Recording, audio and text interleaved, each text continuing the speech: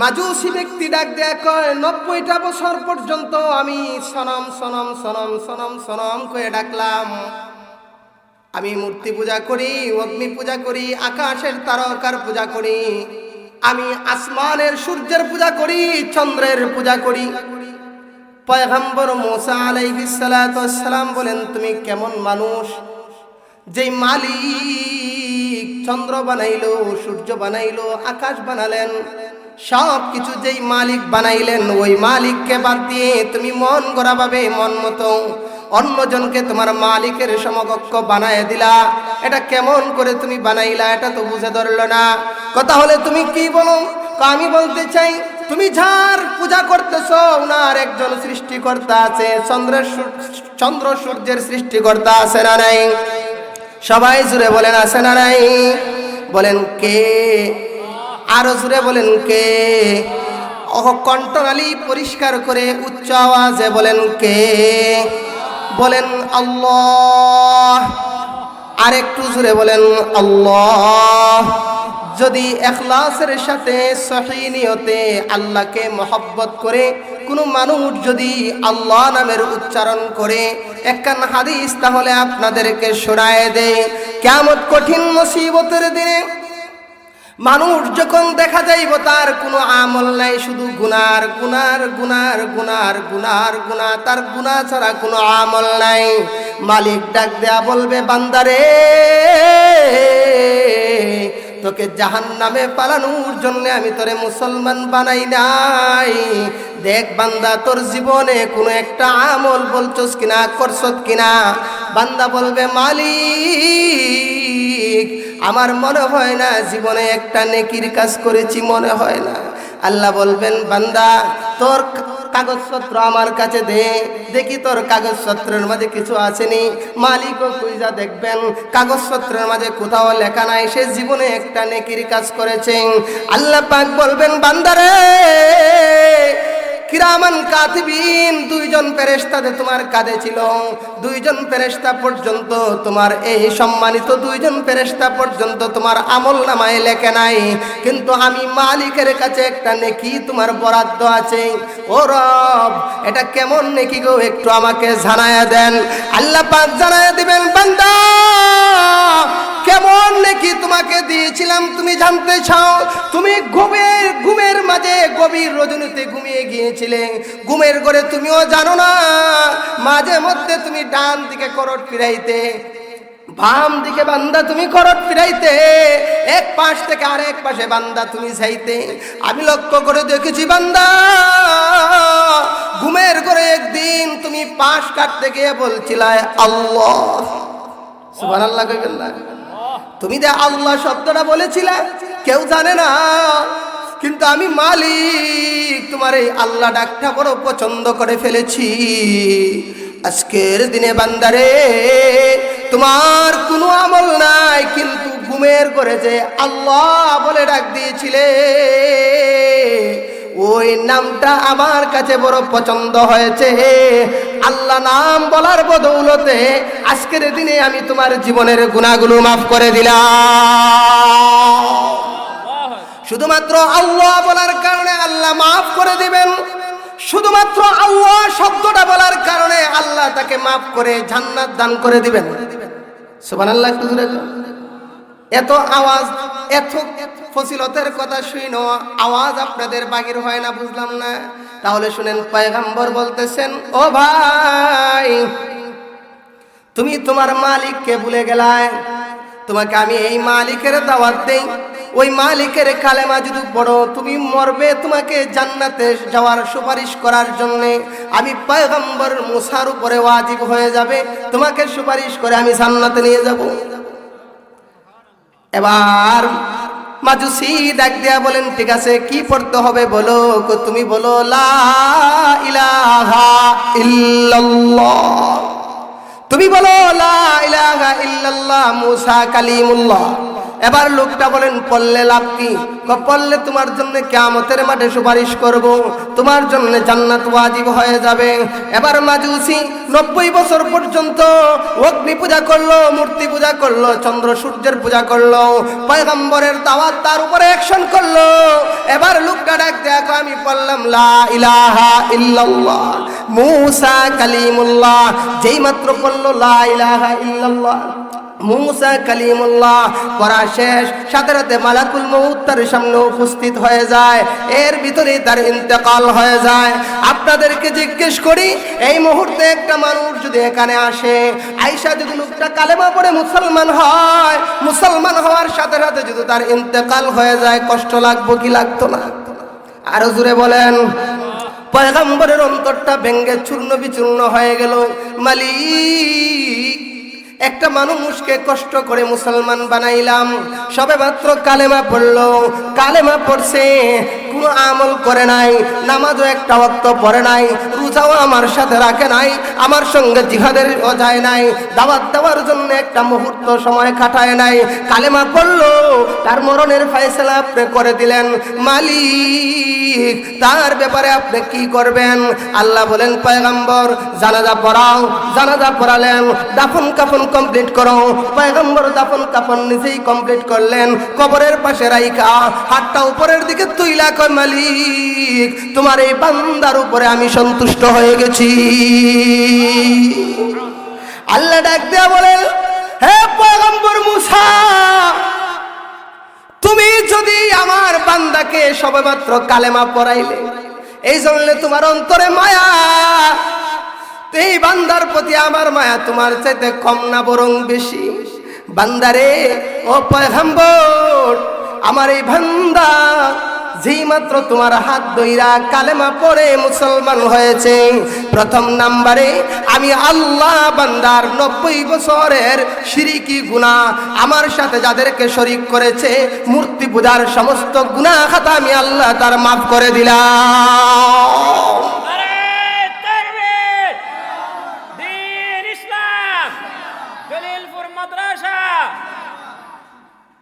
আল্লাহ বলেন পয়গম্বর শুধু তাই নয়, এই দুনিয়া 10টা দুনিয়ার সমান তার একটা জান্নাত দিলাম। তো নবীজি বলেছেন কয়টা কালেমার মাঝে ফজিলত আছে? সবাই বলেন আরো জোরে। 1 নাম্বার সুবহানাল্লাহ, 2 নাম্বারে আলহামদুলিল্লাহ, 3 নাম্বারে লা ইলাহা, সবাই লা ইলাহা ইল্লাল্লাহ, 4 নম্বরে আল্লাহু আকবার। সবাই বলেন না দেখে একটু আল্লাহু আকবার, আওয়াজ দিয়ে বলেন আল্লাহু আকবার। ঘুমটা ছেড়ে দিয়ে আল্লাহকে গভীর রাত্রে খুশি করার উদ্দেশ্যে, মানুষ প্রেমিকাকে খুশি করার জন্য কত কিছুই তো করে, আল্লাহকে খুশি করার জন্য জবানটা উচ্চ সুরে বলেন আল্লাহু আকবার। বাদশাহ মাল মস্ত মা গরিবা হাল মস্ত, বাদশাহ মাল মস্ত মা গরিবা হাল মস্ত, খুবে রুয়া নাদ মস্ত আশিকা দিদার মস্ত। বাদশাহ মাল মস্ত মা গরিবা হাল মস্ত, খুব রোয়া নাজ মস্ত আশিকা দিদার মস্ত, খুব রোয়া নাজ মস্ত আশিকা দিদার মস্ত। এই ধনীওয়ালারা ধনী হওয়ার জন্য পাগল, গরিব তার অবস্থা নিয়ে পাগল। আল্লাহর মালিকের সাথে যার পাগলামি, সে মালিকের দিদার পাওয়ার জন্য পাগল। তাহলে পাগলামি হবে কার সাথে? সবাই বলেন আরো জোরে বলেন। আল্লাহ বলেন শুনো মুমিন, ওয়াল্লাযীনা আমানু আশাদ্দু হুব্বাল লিল্লাহ। আয়াতে চলে আসলাম, ওয়াল্লাযীনা আমানু আশাদ্দু হুব্বাল লিল্লাহ। আল্লাহ বলেন সত্যিকারের মুমিন যে, খাঁটি মানওয়ালা যে, সে আল্লাহকে ভালো করে চিনে, আল্লাহকে ভালো করে জানে, তার রবকে সে সবচেয়ে বেশি ভালোবাসে। কি বললাম? সত্যিকারের মুমিন সবচেয়ে কাকে বেশি ভালোবাসে? এবার মিলান যে আমি আমার জীবনে আমার আল্লাহকে আমি কতটুকু ভালোবাসলাম, আল্লাহকে কেন ভালোবাসবেন, কোন কারণে ভালোবাসবেন, কয়েকটা কারণ উল্লেখ করি, ভালো করে শুনেন। আল্লাহ পাক তোমাকে আমাকে বানাইছেন, কে বানাইছেন? জুড়ে বলেন, সবাই বলেন। আমাকে আপনাকে কে সৃষ্টি করছেন? যিনি আপনাকে সব দিল তার নামটা তো কৃপণতা করেন কি? আমি বুঝলাম না। কৃপণতা এখানে কি আছে? কৃপণতা ছেড়ে জুড়ে বলেন, কে আমাদেরকে সৃষ্টি করছেন? আল্লাহ। রব তোমাকে আমাকে সৃষ্টি করলেন, দুনিয়াতে পাঠায় দিলেন। আল্লাহ বলেন, বান্দা দুনিয়াতে পাঠাইলাম তোমাকে দুনিয়ার জন্য পাঠাই নাই, দুনিয়ার জন্য তোমাকে বানাই নাই রে বান্দা। দুনিয়া বানাইছি তোমার জন্য, আর তোমাকে বানাইছি আমার জন্য। বলেন, দুনিয়া বানাইছেন কার জন্য? আমাদের জন্য। সবাই বলেন, দুনিয়া বানাইছেন কার জন্য? আমরা মনে করি দুনিয়া, আমি দুনিয়ার জন্য না, দুনিয়া। সবাই বলেন, আমি দুনিয়ার জন্য না, দুনিয়া আমার জন্য। আল্লাহ বলেন, বান্দা দুনিয়া তোমার জন্য, তোমারে বানাইছি আমার জন্য। আমাদেরকে বানাইছেন কার জন্য? আরো জোরে বলেন, কার জন্য? দুনিয়া বানাইছেন আমাদের জন্য, আর আমাদেরকে বানাইছেন আল্লাহর জন্য। বলবেন হুজুর এটা কেমনে? বুঝার জন্য কিছু উদাহরণ দেই, বুঝেন। আসমান বানাইছেন আমাদের জন্য, চন্দ্র বানাইছেন আমাদের জন্য, সূর্য বানাইছেন আমাদের জন্য, পাহাড় বানাইছেন আমাদের জন্য, জমিন বানাইছেন আমাদের জন্য, নদী বানাইছেন আমার জন্য, সাগর বানাইছেন আমাদের জন্য। যা কিছু আপনি দেখেন সব কিছু বানাইছেন আমাদের জন্য। আল্লাহ বলেন, বান্দারে কেন বানাইলাম? কারণ তোমাকে বানাইলাম আমার গোলামির জন্য। বান্দা দুনিয়াতে গিয়ে তোমার খাইতে হবে, এই জন্য তুমি দুনিয়াতে যাইবার আগে 50 বছর আগে তোমার খাবারের ব্যবস্থা করে রেখে দিয়েছি। সুবহানাল্লাহ। আস্তে সুবহানাল্লাহ। আমার আপনার 50 বছর দুনিয়াতে আসার আগে খাবার পাঠাই দিবেন কে? গাছে ফল দেন কে? সমুদ্রে মাছ দেন কে? সব কিছু সৃষ্টি করেন কে? আল্লাহ বলেন, বান্দা সব কিছু বানাইলাম তোমার জন্য, আর তোমাকে বানাইলাম আমার জন্য। বান্দা শুধু তাই না, বান্দা দুনিয়াকে তোমার বসবাসের উপযোগী করে বানাইলাম। কারণ সূর্যটা যেখানে আছে, যদি আরো উপরে থাকতো দুনিয়াটা সব কিছু বরফে রূপান্তরিত হয়ে যাইতো। ও বান্দা শুধু তাই না রে বান্দা, দুনিয়াটা রূপান্তর বরফে রূপান্তরিত হইতো এমন না। সূর্য যেখানে আছে এখান থেকে একটু নিচে নামলে দুনিয়াটা তামা হয়ে যাইতো। বান্দা তুমি বরফও চলতে পারতে না, বান্দা দুনিয়া তামা হয়ে গেল, দুনিয়া তো তুমি চলতে পারতে না। বান্দা দুনিয়ার জমিনটারে এমন ভাবে বানিয়ে দিলাম, এটা তোমাকে নিয়ে হেলে পড়ে না, কাত হয়ে যায় না। নৌকার মতন দুনিয়াটা বানাই নাই। যদি দুনিয়াটা নৌকার মতন বানাইতাম, সব মানুষ এক সাইডে গেলে উল্টা যাইতো। কথা কয় না? নৌকা তো উঠছেন না আপনারা কখনো? এক সাইডে গেলে নৌকা উল্টা যায়। ও মানুষ, দুনিয়াটা বানাইলাম তোমাদের জন্য বসবাসের উপযোগী বানাইয়া। পাহাড় দিলাম তোমাদের সৌন্দর্যের জন্য, ঝর্ণা দিলাম তোমাদের সৌন্দর্যের জন্য, ফলমূল দিলাম তোমাদেরকে খাওয়ানোর জন্য। এক কথায় দুনিয়া বানাইলাম তোমাদের উপযোগী কইরা। দুনিয়াতে তোমাদেরকে পাঠাইলাম জান্নাতের উপযুক্ত হইয়া আসার জন্য। কথাটা বুঝেন, 4টা কথা বললাম। 1 নাম্বার, দুনিয়া বানাইছেন আমাদের জন্য, আমাদেরকে বানাইছেন আল্লাহর জন্য। দুনিয়াতে পাঠাইছেন, দুনিয়াকে আল্লাহ আমাদের উপযোগী কইরা বানাইছেন, দুনিয়াটা আমাদের জন্য উপযোগী কইরা বানাইছেন। আমাদেরকে বানাইছেন, পাঠাইছেন জান্নাতের উপযুক্ত হয়ে, কন্যা জান্নাতের উপযুক্ত হয়ে যাওয়ার জন্য। বান্দা তুমি তাকায় দেখো, দুনিয়া উপার্জনের জন্য তুমি যদি মনে করো যে দুনিয়া দুনিয়া দুনিয়া দুনিয়া দুনিয়া, আল্লাহর রাসূল বলেন আদ-দুনিয়া মালউনাতুন, দুনিয়াটা অভিশপ্ত জায়গা, দুনিয়াটা ভালো জায়গা নয়। দুনিয়াতে তুমি বেশি খাইলে তোমার ডায়াবেটিস হয়ে যাবে, দুনিয়াতে বেশি কোনো কিছু করলে তুমি অসুস্থ হয়ে যাইবা। বান্দারে, তোমার জন্য আল্লাহ জান্নাত বরাদ্দ করে রেখে দিয়েছেন। এই জন্য দুনিয়ার জন্য কামাই নয়, দুনিয়াতে আইসা তুমি আল্লাহকে সন্তুষ্ট কইরা জান্নাত কামাই কইরা যাইতে হবে। কি কামাই করে যাইতে হবে? আরো জোরে বলেন। সাহাবায়ে কেরাম জান্নাতের জন্য বড় পাগল পারা ছিলেন, সম্পদশালী কিন্তু জান্নাতের জন্য পাগল। সম্পদ চায়, সম্পদ আছে, ওই সাহাবীও জান্নাতের জন্য পাগল। আল্লাহর রাসূল সাল্লাল্লাহু আলাইহি ওয়াসাল্লাম একদিন মসজিদে নববীতে ডাক দেয়া কো, ও আমার সাহাবীরা শুনো, ও সাহাবীরা শুনো, ইন্নাল ফুকারা আল মুহাজিরিন ইয়াদখুলুনাল জান্নাহ ক্বাবলা আগনিয়াইহিম বিমিকদারিন 500 সানা। আল্লাহর রাসূল বলেন, শুনো, আমার মুহাজির সাহাবীরা তোমরা যারা আছো, তোমাদের মধ্যে যারা গরিব ওরা জান্নাতে প্রবেশ করবে ধনীদের আগে। কাদের আগে? আরো জোরে বলেন, কাদের আগে? ধনীদের আগে তারা জান্নাতে প্রবেশ করবে। কতদিন আগে? আল্লাহর রাসূল বলেন বিমিকদারিন 500 সানা। আল্লাহর রাসূল বলেন পরিমাণ হলো 500 বছর। কত বছর? আরো জোরে বলেন, কত বছর? আল্লাহর রাসূল প্রায় সময় দোয়া করতেন, আল্লাহুম্মা আহিনি মিসকিনাও ওয়ামতিনি মিসকিনাও ওয়াহশুরনি ফি জুমরাতিল মাসাকিন। আল্লাহর রাসূল বলতেন, আল্লাহ দুনিয়াতে আমারে মিসকিন হিসাবে রাখো, মরণ আমাকে মিসকিন অবস্থায় দাও, কিয়ামতের মাঠে গরিবদের সাথে আমার হাসর নসর করো। দুনিয়া পাওয়ার জন্য নয়। সাহাবায়ে কেরামের সামনে যখন আল্লাহর রাসূল বললেন গরিবরা যাইব ধনীদের কত বছর আগে জান্নাতে, আরো জোরে বলেন।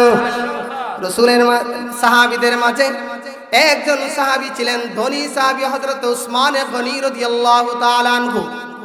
হযরত উসমান গনি রাদিয়াল্লাহু তাআলা আনহু উনি দাঁড়ায় বলেন, ইয়া রাসূলুল্লাহ, ইয়া হাবিবাল্লাহ, ওগো আল্লাহর হাবিব, আমি উসমানও কি 500 বছর পরে জান্নাতে যাব নাকি?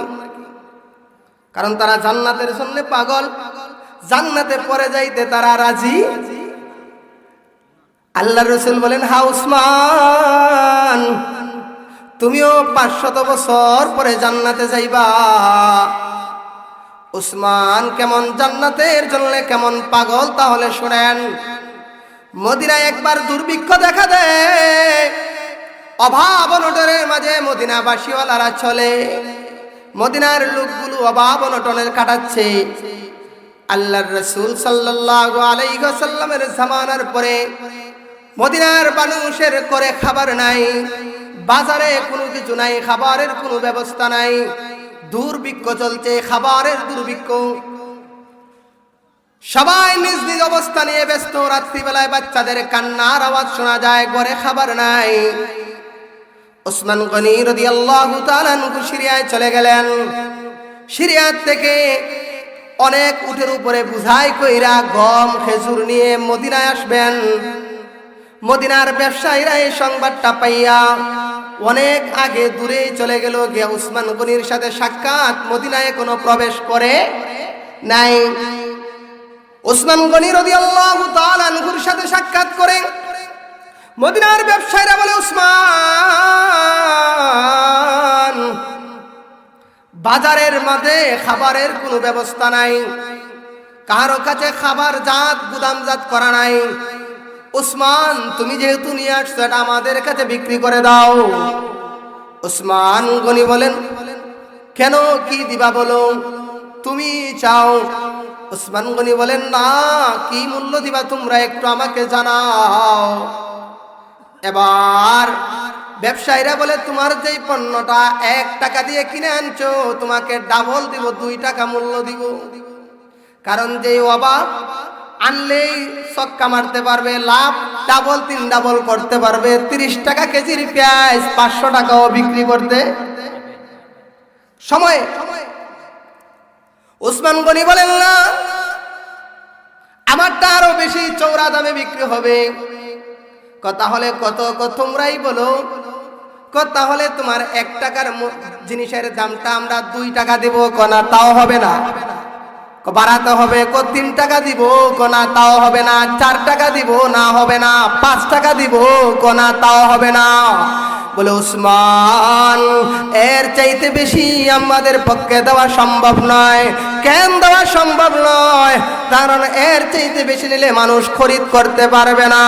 উসমান গনি বলেন, শুনো, এর চাইতে বেশি মূল্যে আমি আমার রবের সাথে লেনদেন করে ফেলেছি, এর চাইতে বেশি মূল্যে আমি বিক্রি করে দিয়েছি। কিভাবে বিক্রি করছো? আমি 1 টাকার জিনিস 10 গুণে আমি বিক্রি করে দিয়েছি। উসমান গনি মালগুলো লইয়া মদিনার বাজারে এসে ডাক দিছে, ওরে মদিনাওয়ালারা কোথায়? ও মদিনাবাসীরা আসো, উসমান খাবার নিয়ে আসছে, সিরিয়া থেকে খাবার নিয়ে আসা হয়েছে। কোথায় রে উসমান? এমনি উসমানের দরবারে সবাই উপস্থিত। তোমার কয় বস্তা লাগবে? আমার ঘরে 1 বস্তা গম লাগবে। নাও 1 বস্তা নিয়ে নাও। তোমার কি লাগবে বলো? আমার 1 বস্তা গম লাগবে। নাও 1 বস্তা গম তুমি নিয়ে নাও। মানুষগুলোকে বন্টন করে দেয়, মানুষেরা টাকা নিয়ে উপস্থিত। উসমান টাকা নাও।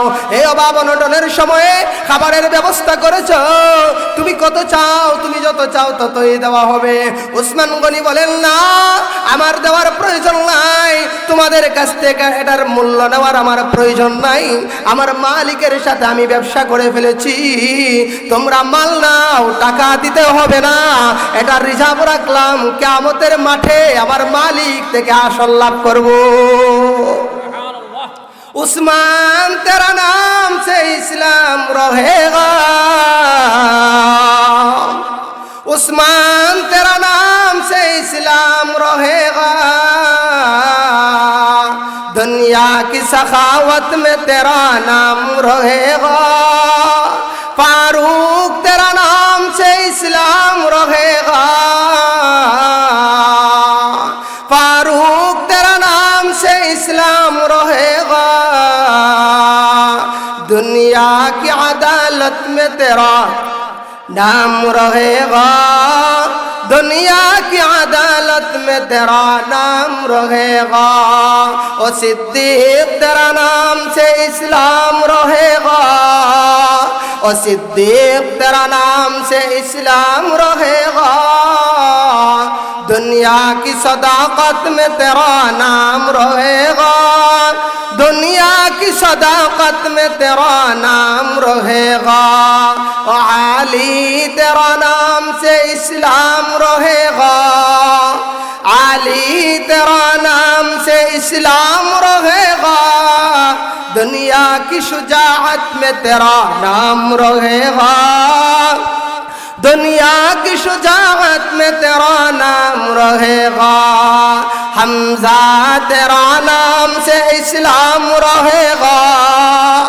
हमजा तेरा नाम से इस्लाम रहेगा, दुनिया की शहादत में तेरा नाम रहेगा, दुनिया की शुहादा में तेरा नाम रहेगा, मुआविया तेरा नाम से इस्लाम रहेगा, मुआविया तेरा नाम से इस्लाम रहेगा, दुनिया की सियासत में तेरा नाम रहेगा, दुनिया की सियासत में तेरा नाम रहेगा। যেই উসমান আল্লাহকে খুশি করার জন্য, যেই উসমান আল্লাহকে সন্তুষ্ট করার জন্য নিজের সমস্ত সম্পত্তি বিলীন করে দেয় আল্লাহকে খুশি করার জন্য, উসমান গনি মসজিদে নববীতে দাঁড়ায় বলেন, ইয়া রাসূলুল্লাহ, ইয়া হাবিবাল্লাহ, তাহলে আমি উসমানও কি গো 500 বছর পরে কি জান্নাতে যাব নাকি? আল্লাহর রাসূল বলেন, উসমান তুমি যদি এটা বুঝতে চাও তাহলে তুমি আমার প্রশ্নের জবাব দাও। ইয়া রাসূলুল্লাহ বলেন, এমনি আল্লাহর নবী বলেন, বলো আজকের দিনে তুমি কি কি খাবার খেয়েছো একটু হিসাব দাও।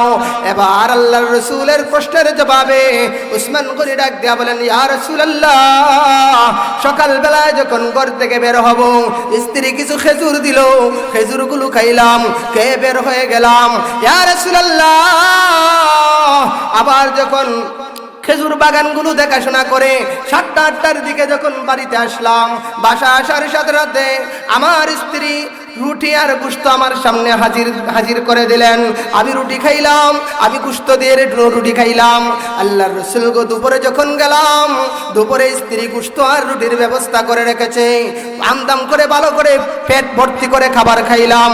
ইয়া রাসূলুল্লাহ, এবার এশারের নামাজের পরে বাসায় যাব, জানি না কি ব্যবস্থা আছে, আশা করি ভালো খাবারই রয়েছে। এবার আল্লাহর নবী বলেন, উসমান তুমি বসে যাও। উসমান গরি বসে গেলেন। আল্লাহর রাসূল ডাক দেখো, আব্দুল্লাহ ইবনে মাসউদ তুমি দাঁড়ায় যাও। আব্দুল্লাহ ইবনে মাসউদ আল্লাহর রাসূলের একজন সাহাবী, তিনি দাঁড়ায় গেলেন। ডাক দেয়া বলো, আব্দুল্লাহ বলো তুমি কি খাবার খাইছো, একটু আমাকে বলো না। আব্দুল্লাহ কোনো কথা বলে না। আবার আল্লাহর রাসূল বলেন, বলো না কি খাবার খাইছো। একে একে তিনবার যখন প্রশ্ন করা হলো, আব্দুল্লাহ চোখের পানি ছেড়ে দিয়ে কয়, ইয়া রাসূলুল্লাহ, ইয়া হাবিবাল্লাহ, নবী আবার আপনি যদি প্রশ্ন না করতেন, এই অবস্থা আমি কাউকে আমার অবস্থা আমি জানাইতাম না। ওগো আল্লাহর হাবিব, তিন বেলা খাইব দূরের কথা, আজকে 3টা দিন যাবত একটা খেজুর পর্যন্ত মুখে দিতে পারি না। আল্লাহ রাসূল ডাক দিয়া বলে, উসমান প্রশ্নের জবাব নাও। কিয়ামতের মাঠে তুমিও দাঁড়াইবা, আমার আব্দুল্লাহ দাঁড়াবে। আমার আব্দুল্লাহ 3 দিনের হিসাব এক কথায় উত্তর দিয়ে দিল, আর তুমি 1 দিনের হিসাব তার 3 দিনের সমান নয়, 1 সপ্তাহের সমানের চাইতে বেশি সময় তোমার লেগে যাবে। উসমান তোমার হিসাব দিতে দিতে সময় যাবে, ওইদিকে আমার আব্দুল্লাহ তোমার আগে জান্নাতে প্রবেশ করবে।